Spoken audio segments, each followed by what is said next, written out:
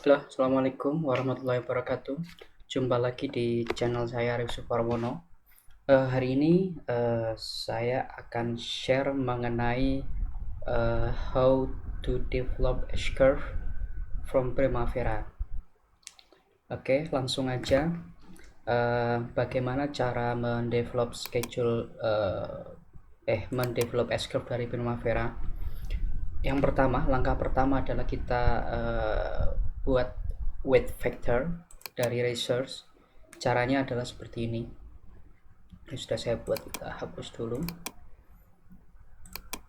uh, jadi S-curve itu nanti kita generate dari labor ya, dari resource labor, karena Primavera kan generate by duration ya. Jadi kita untuk mengenerate S-curve nanti kita buat dari resource labor. Nah, caranya untuk mendevelop resource labor itu itu kita masuk ke enterprise, klik resource. Kemudian setelah muncul resource table ini, kita add di sini. Nah, untuk membuat S-curve itu kan sumbernya dari weight factor ya. Kita bikin weight factor. Kita kasih WF, kemudian resource name-nya weight factor.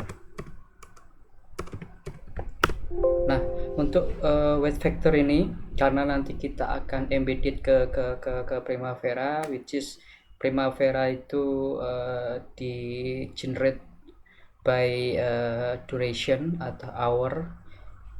Kita masuk ke detail, kita klik di labor, kemudian untuk kalender ini kita set di 7 days 10 hari untuk memudahkan aja, karena kalau nanti di generate dengan 10 hour per day itu kan lebih mudah ya, puluhan, 1, 2, 3 itu lebih mudah daripada misalnya 8 atau 5, itu lebih mudah 10. Kemudian default unit time-nya kan 10 per day karena hour tadi. Kemudian yang perlu kita isi lagi itu max unit rate nggak perlu kalau misalnya mau, karena nanti efeknya adalah kita nggak isi max unit rate itu nanti uh, chartnya itu akan merah ya, karena dia akan over allocated gitu. Nah, ini bisa diisi bisa tidak. Oke, jadi pertama yang kita buat tadi, kita sudah generate weight factor di sini. Kemudian kita akan assign S-curve atau weight factor ini ke schedule. Ada dua cara untuk mendevelop S-curve. Cara pertama itu sebenarnya adalah cara general atau level 1 schedule, yaitu dengan cara level 1 S-curve. Biasanya untuk cepat aja, misalnya kita membuat dalam fase proposal yang kita memerlukan unit S-curve itu. Cara pertama adalah dengan seperti ini. Kita dimasuk di dalam table activity, kita tambahkan activity namanya, misalnya kalau di level 1 kan misalnya ada engineering, fabrication, engineering, procurement, construction, fabrication, kemudian ada onshore atau offshore installation gitu kan. Nah, itu level 1. Jadi yang cara pertama adalah untuk level 1. Misalnya kita masukkan WPS 1 engineering. Kemudian WPS 1 engineering ini kita ganti activity type-nya dengan level of effort. Kemudian relationship-nya adalah, karena misalnya engineering, biar sama ya, jangan engineering, biar sama, biar pengertian kita sama. Ini kan WPS-nya nggak proper seperti yang kita bicarakan. Jadi anggap aja ini WPS 1 foundation, atau kalau misalnya teman-teman pakai engineering berarti engineering.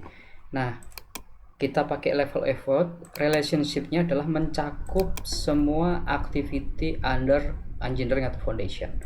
Anggap aja sekarang kita ngomong dengan foundation, berarti assign-nya di sini adalah di begin of construction. Untuk relationship-nya adalah status start, kemudian finishnya adalah di backfill karena di bawahnya adalah structure. Oke, terus ini finish to finish. Itu satu. Terus misalnya ada lagi gitu ya. WPS 2 structure. Nah, ini sama caranya seperti tadi, namanya udah level of effort, relationship-nya kita setting di structure di sini. Kemudian suksesornya kita setting di sini. Ini kan di sini. Oke, kemudian setelah kita buat WPS ini, terus kemudian kita assign resource atau weight factor yang sudah kita create tadi, weight factor. Oke, terus kemudian dari sini kita isikan nih, budgeted unit. Budgeted unit itu isinya, karena kita akan create S curve, budget unit isinya adalah weight factor. Weight factor yang sudah kita develop. Misalnya foundation itu weight factornya 10% gitu. 10% anggap aja 100 gitu. Kemudian structure budgetnya misalnya weight factornya 30%, 300 gitu. Nah, ini berlaku untuk level 1 aja kalau yang cara pertama ini. Kelemahannya untuk cara pertama itu tidak terlalu detail tapi lebih cepat. Kalau misalnya kita dituntut untuk membuat S-curve proposal atau membuat S-curve level 1 gitu, lebih cepat. Nah, kemudian setelah kita masukkan itu, kemudian kita masuk ke resource assignment. Resource assignment itu kliknya dari enterprise, terus resource assignment. Mana resource code, project resource assignment. Nah, ini kan sudah masuk structure, ini structure. Kemudian kita coba masuk unitnya tadi kan, ini kan udah masuk tadi 10%, 330%, ini kan. Kemudian kita cari curve. Jadi curve itu fungsinya adalah, kadang kan kita misalnya engineering itu kan curve-nya umumnya adalah load untuk resource load-nya itu, misalnya kalau engineering bell curve misalnya gitu kan, bell curve itu misalnya. Kemudian structure atau misalnya procurement itu kan backload, misalnya seperti itu kan. Tapi misalnya kita kasih front load gitu. Ini sebenarnya curve bisa kita edit juga dengan cara membuat ini resource curve. Misalnya kita bikin standarisasi lah. Misalnya kita bikin standarisasi kalau bell shape itu untuk construction, kita bikin construction. Kemudian misalnya kita kalau bell shape atau front load biasanya engineering gitu kan. Ini kita bisa buat tuh di sini di resource curve-nya ini. Nah, untuk modify bisa jadi kita setup misalnya saya nggak mau follow seperti itu. Ini kan S-curve ini kan standar lah. Kita mau ubah itu bisa itu di sini. Dari 100% itu kapan load akan terjadi. Itu kita bisa edit di sini. Di cara membuat curve ya. Kan biasanya kalau planner tahu lah gimana caranya fungsi dari masing-masing curve itu gitu kan. Oke, setelah kita masukkan curve-nya ini di sini, kemudian kita kembali ke activities, kita lihat magic-nya ya. Kita lihat S curve-nya adalah klik di sini nih. Activity user profile. Tuh kan, udah muncul. Ini adalah S curve-nya ya. Ini S curve-nya jelek karena ini adalah karena terputus di sini. Kalau misalnya teman-teman bikin banyak ya akan ada perubahannya gitu. Tapi kelemahan yang tipe ke-1 ini adalah waktu edit actual. Karena edit actualnya dia level 1 juga, dia tidak mengikuti progres yang tercakup di bawahnya. Kelemahannya itu dia hanya bisa misalnya ini kan unit ya, ini misalnya unit komplit gitu 20 gitu. Ini misalnya actual labornya dari 10, jadi sorry di mana sih, ini tidak bisa ngikuti dari progres di bawahnya gitu. Jadi misalnya actual labornya 20, hanya kita bisa ngikuti misalnya foundation 20%, itu kita ngisinya di sini actual unit 20%, tidak mengikuti detail activity yang di bawahnya misalnya. Terus kemudian ini actual labor dari total 30% tadi yang sudah tercapai 5% gitu misalnya. Kita hanya bisa ngisi di level satunya ini gitu. Ini kelemahannya cara pertama. Coba kita lihat actualnya kemana. Nah, kan muncul actual di sini kan. Itu. Nanti kalau kita update per update yang di sini, data date ini, dia akan bergerak tuh di sini gitu kan. Ini cara pertama. Kelemahannya di situ. Nah, yang lebih proper atau cara detailnya lagi adalah cara kedua. Cara kedua adalah kita masukkan weight factor itu ke masing-masing activity. Memang akan lama dan memerlukan waktu yang lama karena activity kan bisa ribuan ya. Nanti tinggal misalnya foundation atau engineering weight factornya 10%, ini tinggal dibagi aja rata berapa ini di sini. Nah, kemudian bagaimana cara assign weight factor ke dalam activity ini? Caranya seperti ini. View, show and button detail. Kita masukkan tuh di sini. Klik add resource weight factor. Add resource weight factor. Add resource weight factor. Sebenarnya by default actual budgeted unit itu dia berhitung dari total durasi dikalikan ini tadi 10 per day. Jadi misalnya tadi kita ini sebenarnya bukan kayak gini kan 88, berarti dia 8 per day. Sorry, ini 8 atau 10 sebenarnya.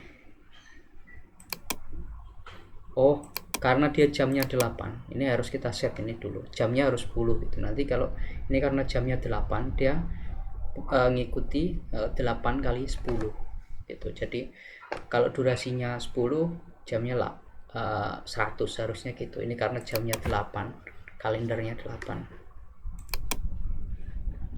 ya kan, standarnya 8 dia.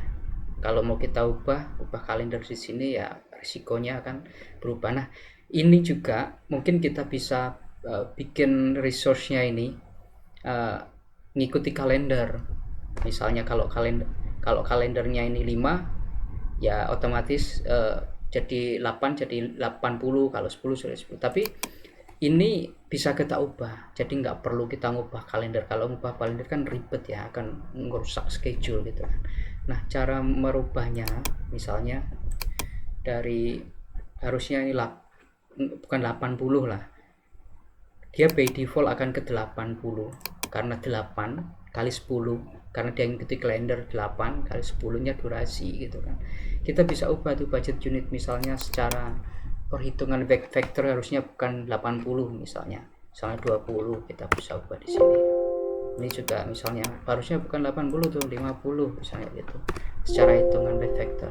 Kemudian ini juga bukan 104 misalnya 100 gitu. And kemudian let's see the magic ya, kita lihat coba seperti apa. Nah, muncul kan Nah, kelebihannya itu kalau di dalam activity misalnya kita update gitu ya. Kita update.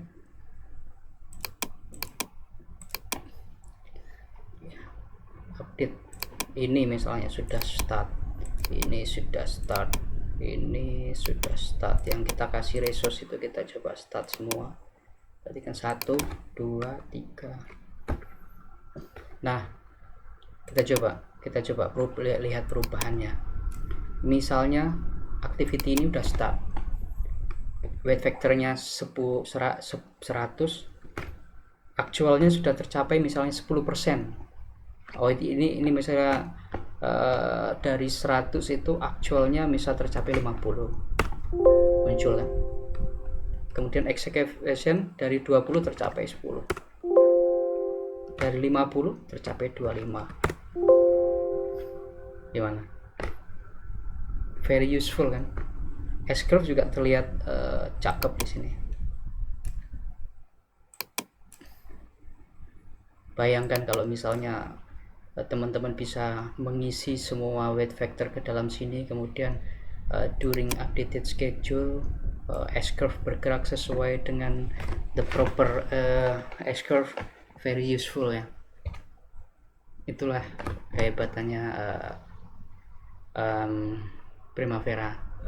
Jadi sebenarnya ini nggak common dilakukan oleh planner, cuman sometimes kita perlu trik lah untuk melakukan pekerjaan kita. Oke, jika ada yang perlu ditanyakan atau mungkin kita perlu diskusi lebih lanjut, silakan tulis di kolom komentar. Terima kasih. Assalamualaikum warahmatullahi wabarakatuh.